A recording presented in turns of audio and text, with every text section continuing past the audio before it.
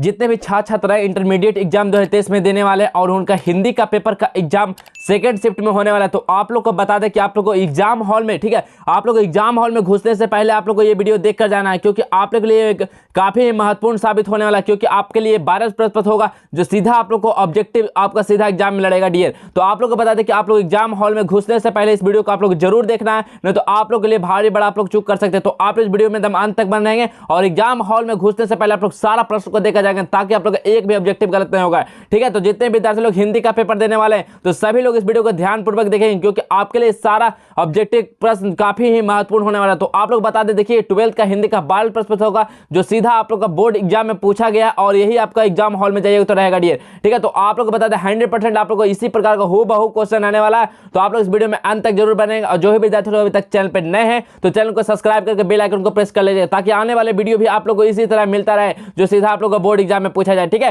तो चलिए आज की वीडियो को हम स्टार्ट करते हैं। तो स्टार्ट करने से पहले बता दें कि आप लोग अगर इस सभी का पीडीएफ पाना चाहते हो तो आप लोग को सर्च करना होगा गूगल पे जस्टवेल एजुकेशन, ठीक है। आप लोग जस्टवेल एजुकेशन सर्च कीजिएगा, आप लोग वहां पे सारा का पीडीएफ मिल जाएगा, ठीक है। तो चलिए आज की वीडियो को हम स्टार्ट करते हैं, जो कि पहला क्वेश्चन जो सीधा आपका 12 प्रश्न पत्र होने वाला है। पहला क्वेश्चन है कपड़ा शब्द, ठीक है। कपड़ा शब्द का परिवाची क्या होगा? कपड़ा शब्द का परिवाची शब्द क्या होता है?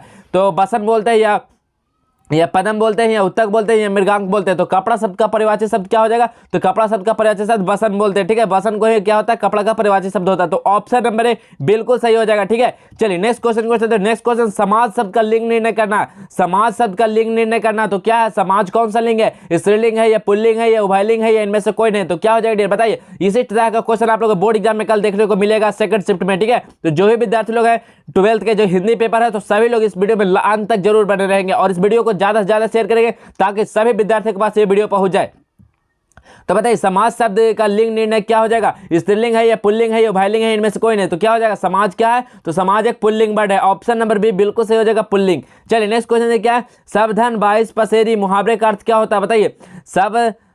सबधन 22 पसेरी का मुहावरे का अर्थ क्या होता है? तो बहुत सस्ती होना या 22 पसेरी अनाज होना या बहुत महंगा सोना या अच्छा बुरा सबको एक समझना। सबधन 22 पसेरी मुहावरे का अर्थ क्या होता है? तो अच्छा बुरा सबको एक समझना होता है। तो ऑप्शन नंबर क्या होगा? तो ऑप्शन नंबर डी बिल्कुल सही आंसर हो जाएगा, ठीक है। अच्छा बुरा सबको एक समझना। चलिए नेक्स्ट क्वेश्चन की ओर बढ़ते हैं। तो नेक्स्ट क्वेश्चन, प्रतिदिन शब्द में कौन सा समास है? प्रतिदिन बताइए। प्रतिदिन में कौन सा समास है? तत्पुरुष है, बहुब्रीहि है, अवयवी भाव है, द्विगु है। बताइए प्रतिदिन में कौन सा समास हो जाएगा? तो प्रतिदिन में क्या होता है? तो अवयवी भाव समास होता है, ठीक है।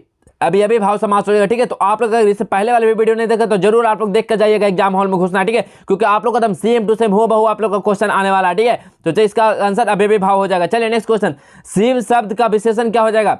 शिव शब्द का विशेषण क्या हो जाएगा? बताइए शिव शब्द का विशेषण क्या हो जाएगा? शिवा, शैव या साकत या शंकर। तो शिव शब्द का विशेषण क्या हो जाएगा? तो क्या हो जाएगा? शैव हो जाएगा। ऑप्शन नंबर बी बिल्कुल इसका सही आंसर हो जाएगा। चलिए नेक्स्ट क्वेश्चन देखिए, क्या शिवाजी के पुत्र का नाम क्या है? शिवाजी के पुत्र का नाम क्या था? बताइए शिराजी था या बीराजी या साहू जी या भानुजी। शिवाजी के पुत्र का नाम क्या था? तो साहू जी नाम था, ठीक है। साहू जी याद रखना, साहू जी। आप लोग का सेम टू सेम क्वेश्चन आएगा, आपको OMR में एकदम देख कर आंसर भर के आना, साहू जी, ठीक है। चलिए नेक्स्ट क्वेश्चन, जयशंकर प्रसाद की नाट्य कृति है।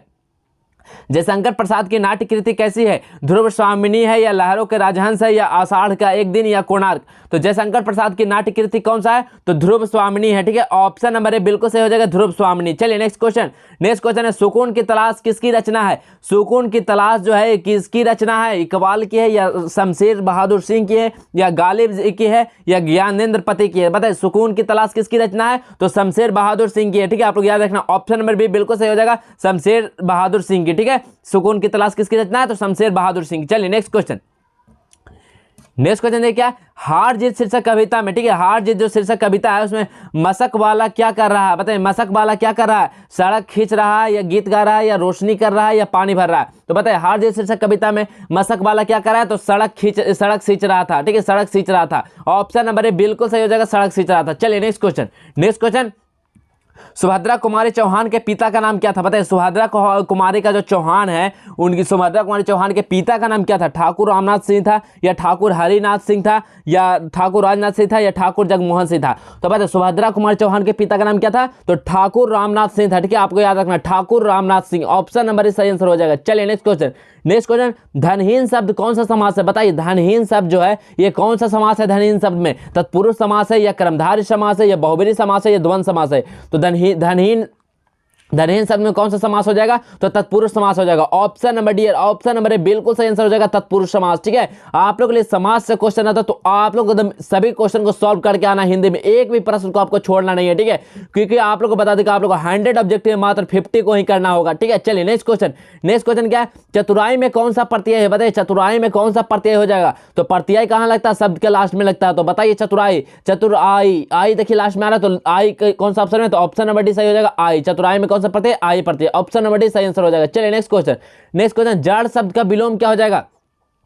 जड़ के विलोम क्या हो जाएगा? जंगन या जन्म या चेतन या नश्वर। तो जड़ शब्द का विलोम क्या हो जाएगा? तो चेतन हो जाएगा। ठीक है, जड़ का विलोम क्या होता है? चेतन। ऑप्शन नंबर सी बिल्कुल सही आंसर हो जाएगा, चेतन। चलिए नेक्स्ट क्वेश्चन, सुक्ति शब्द का संधि विच्छेद। ठीक है, सुक्ति शब्द का संधि विच्छेद आप लोग से पूछा गया है, तो ऑप्शन में स जोड़ उक्ति या सु जोड़ उक्ति, सु जोड़ उक्ति या सु जोड़ उक्ति। ठीक है, यहाँ पे बताइए सुक्ति शब्द का विच्छेद क्या, संधि विच्छेद क्या हो जाएगा? तो सुजोड़ उक्ति हो जाएगा। ऑप्शन नंबर बी में उस तरह लिखा गया, सुजोड़ क्या हो जाएगा? सुजोड़ उक्ति हो जाएगा। तो ऑप्शन नंबर क्या हो जाएगा? तो ऑप्शन नंबर बी बिल्कुल सही आंसर हो जाएगा। चलिए नेक्स्ट क्वेश्चन।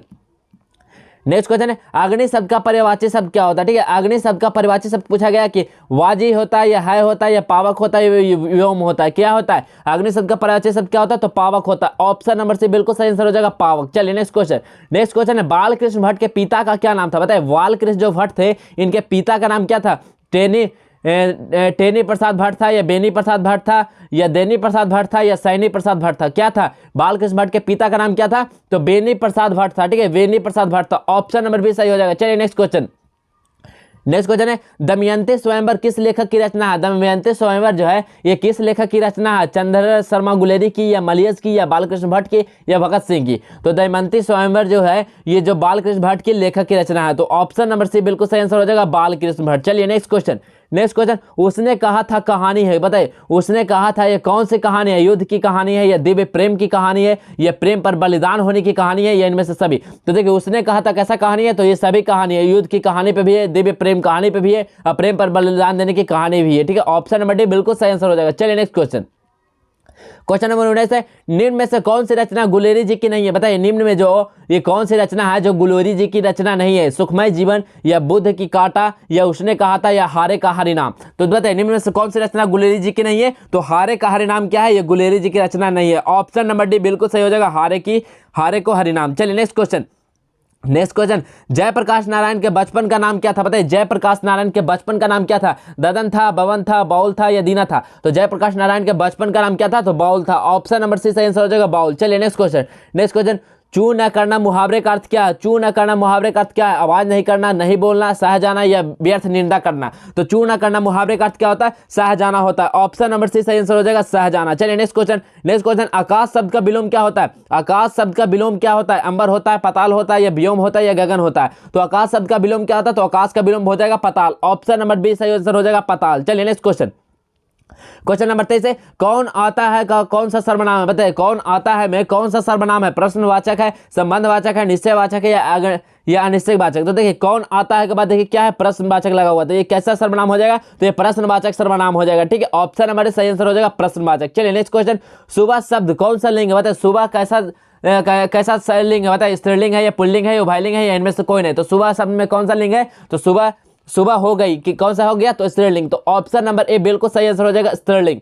चलिए नेक्स्ट क्वेश्चन, तीव्र बुद्धि वाला क्या कहलाता है? बताइए, तीव्र बुद्धि वाला क्या कहलाता है? मतलब जिसका बुद्धि तेज हो वो क्या कहलाता है? समझदार कहलाता है, कुशाग्र कहलाता है, व्योम कहलाता है या बुद्धिमान कहलाता है? तो तीव्र बुद्धि वाला इंसान क्या कहलाता है? कुशाग्र कहलाता है। ऑप्शन नंबर क्या हो जाएगा? तो ऑप्शन नंबर बी में दिया गया कुशाग्र, बिल्कुल सही आंसर हो जाएगा। चलिए next question.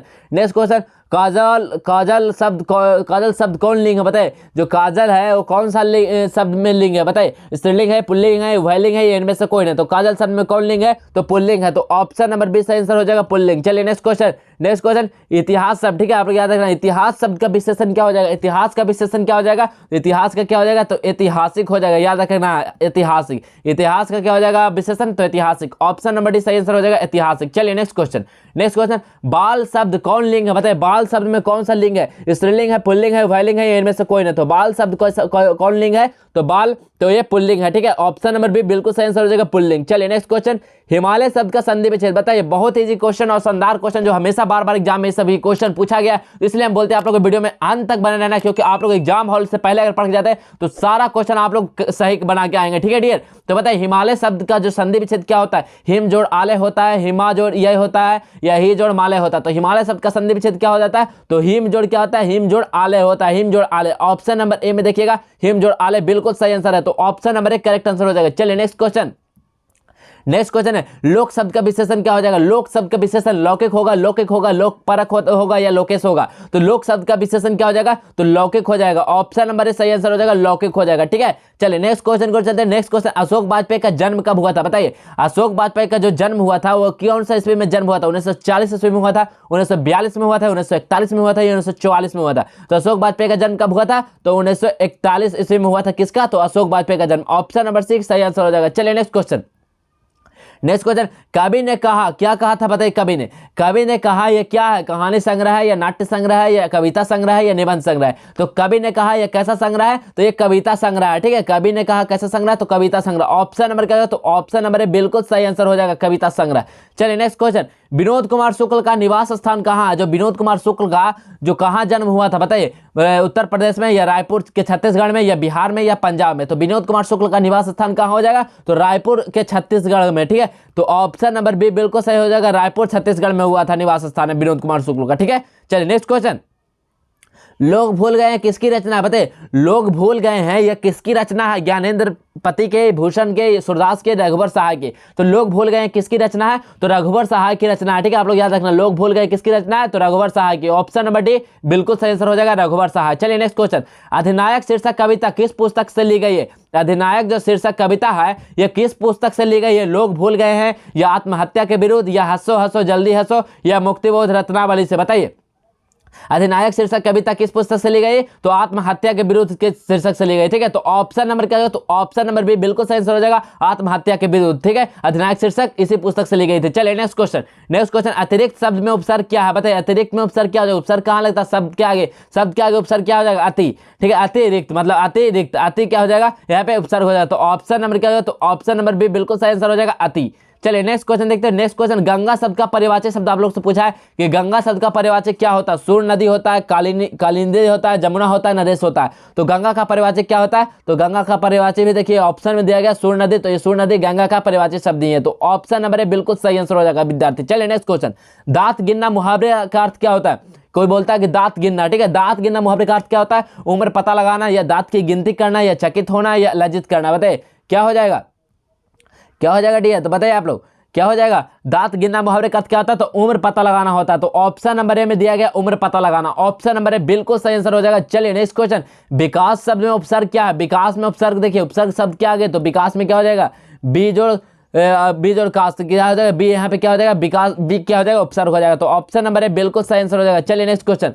Next question, Ramanuj शब्द में कौन सा समास है, बताइए। रामानुज शब्द में कौन सा समास है, बहुब्रीहि है, तत्पुरुष है, द्वंद्व है या कर्मधारय है। तो रामानुज शब्द में कौन सा समास हो जाएगा, तो तत्पुरुष समास हो जाएगा। ऑप्शन नंबर बी सही आंसर हो जाएगा, तत्पुरुष समास। चलिए नेक्स्ट क्वेश्चन, शब्द का परिवाचक क्या हो जाएगा। शब्द का परिवाचक क्या होता है, नाद होता है, निनाद होता है, ध्वनि होता है या इनमें सभी हो जाएगा। तो शब्द का परिवाचक देखिए ये तीनों होता है। ठीक है, शब्द का परिवाचक तीनों होता है, नाद भी होता है, निनाद भी होता है, ध्वनि भी होता है। इसलिए इसका ऑप्शन नंबर डी सही हो जाएगा, इनमें से सभी हो जाएगा। ठीक है डियर, चलिए नेक्स्ट क्वेश्चन, चाय शब्द कौन लिंग है, बताइए। चाय जो शब्द है कैसा लिंग है, बताइए। बताइए स्त्रीलिंग है, पुल्लिंग है, उभयलिंग है या इनमें से कोई नहीं। तो चाय कौन सा लिंग है, तो स्त्रीलिंग है। ठीक है, चाय क्या है, स्त्रीलिंग है। ऑप्शन नंबर ए बिल्कुल सही आंसर हो जाएगा, स्त्रीलिंग। चलिए नेक्स्ट क्वेश्चन, पुरस्कार शब्द का विलोम क्या होता है, बताइए। पुरस्कार शब्द का विलोम क्या हो जाता है। पुरस्कार शब्द का विलोम क्या होता है, दंड होता है, पारिश्रमिक होता है या सम्मान होता है या अपमान होता है। तो पुरस्कार का विलोम क्या हो जाएगा, दंड हो जाएगा। ठीक है, ऑप्शन नंबर ए सही आंसर हो जाएगा, दंड हो जाएगा। चलिए नेक्स्ट क्वेश्चन, वर्ण के आधार पर संधि के कितने भेद होते हैं, बताइए। वर्ण के जो आधार पर संधि के कितने भेद होते हैं, 2 भेद होते हैं, 3 भेद होते हैं, 5 भेद होते हैं या 4 भेद होते हैं। तो देखिए ये आपको याद रखना होगा कि वर्ण के आधार पर, अगर वर्ण के आधार पर संधि के भेद पूछा तो 3 हो जाएगा। ठीक है, तो ऑप्शन नंबर बी बिल्कुल सही आंसर हो जाएगा, 3। चलिए नेक्स्ट क्वेश्चन, दक्षिण शब्द में कौन सी संज्ञा है। दक्षिण शब्द में कौन सी संज्ञा है, जातिवाचक संज्ञा है, व्यक्तिवाचक, भाववाचक या गुणवाचक। तो दक्षिण शब्द में कौन सी संज्ञा है, तो व्यक्तिवाचक संज्ञा है दक्षिण शब्द में। तो ऑप्शन नंबर बी बिल्कुल सही आंसर हो जाएगा, व्यक्तिवाचक। चलिए नेक्स्ट क्वेश्चन, जयप्रकाश नारायण ने छात्र आंदोलन नेतृत्व कब किया। जयप्रकाश नारायण ने जो छात्र आंदोलन का नेतृत्व कब किए थे, 1974 में, 1976 में, 1967 में या 1977 में। तो जयप्रकाश नारायण ने छात्र आंदोलन नेतृत्व कब किया था, तो सन 1974 में किए थे। किसमें, तो सन 1974 में किए थे नेतृत्व जयप्रकाश नारायण ने छात्र आंदोलन कब किए थे, तो 1974 में नेतृत्व किए थे जयप्रकाश नारायण ने। चलिए नेक्स्ट क्वेश्चन। नेक्स्ट क्वेश्चन है कि दिनकर जी को, ठीक है, दिनकर जी को निम्न में से कौन सा पुरस्कार दिया गया था। जो दिनकर जी को जो पुरस्कार दिया गया था, इसमें से कौन सा पुरस्कार दिया गया था? पद्मश्री, पद्म भूषण या Padma Bhushan reconstruction of Indian polity या पद्म नामक पुस्तक किसने लिखी? बताइए ये क्या हो जाएगा। तो दिनकर जी को निम्न में से कौन सा पुरस्कार दिया गया था? तो पद्म भूषण का दिया गया था। तो ऑप्शन नंबर बी बिल्कुल सही हो जाएगा, पद्म भूषण। ठीक है, चलिए नेक्स्ट क्वेश्चन देखिए क्या है। नेक्स्ट क्वेश्चन है रिकंस्ट्रक्शन, ठीक है, रिकंस्ट्रक्शन ऑफ इंडियन पॉलिटी नामक पुस्तक किसने लिखी थी? बताइए रिकंस्ट्रक्शन ऑफ इंडियन पॉलिटी नामक पुस्तक किसने लिखी थी? भगत सिंह ने लिखे थे, महात्मा गांधी लिखे थे, जयप्रकाश लिखे थे या लोकमान्य तिलक? तो बताइए रिकंस्ट्रक्शन ऑफ इंडिया पॉलिटी नाम किसने लिखे थे? तो जयप्रकाश नारायण ने लिखे थे। ऑप्शन नंबर सी बिल्कुल सही हो जाएगा, जयप्रकाश नारायण। चलिए नेक्स्ट क्वेश्चन क्या है। अर्धनारीश्वर कल्पित है, बताइए अर्धनारीश्वर जो कल्पित है, अर्धनारीश्वर कल्पित रूप क्या हो जाएगा? राधा कृष्ण का या शंकर और पार्वती का या राम और सीता का, गणेश और लक्ष्मी का? तो देखिए अर्धनारीश्वर कल्पित किसका है? तो शंकर और पार्वती जी का देखे होंगे। तो ऑप्शन नंबर बी बिल्कुल सही हो जाएगा, शंकर और पार्वती का। ठीक है, चलिए नेक्स्ट क्वेश्चन देखिए क्या है।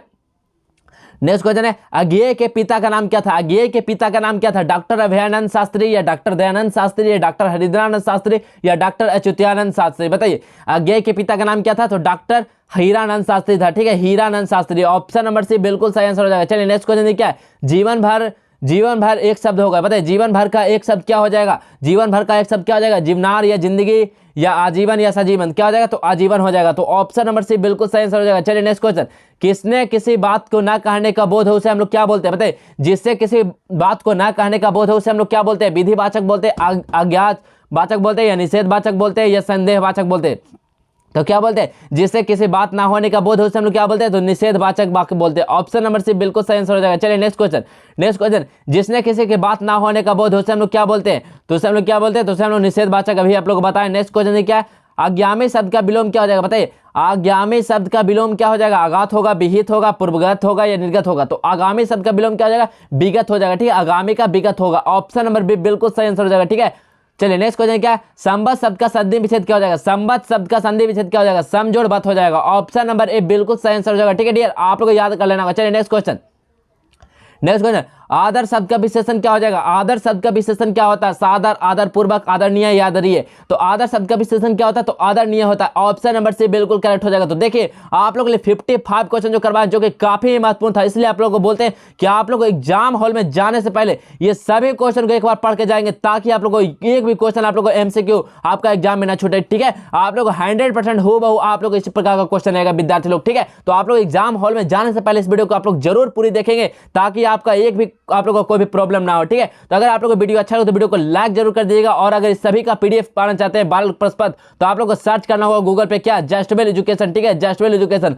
आप लोग को सभी चीज वहां पे दिया जाएगा, वायरल प्रश्न पत्र से लेकर आपका आंसर की भी दिया जाएगा, तो आप लोग यहाँ पे जरूर विजिट करेंगे। ठीक है, तो अगर आप लोग अभी अपने दोस्तों के पास इस वीडियो को शेयर नहीं किए तो अपने सारे दोस्तों के पास जो 12th बोर्ड इस बार 2023 में देने वाले हैं और उनका हिंदी का अगर पेपर है तो आप लोग जरूर इस वीडियो को शेयर करेंगे। तो चलिए हम मिलते हैं नेक्स्ट वीडियो में, तब तक के लिए इतना ही। जय भारत, वंदे मातरम।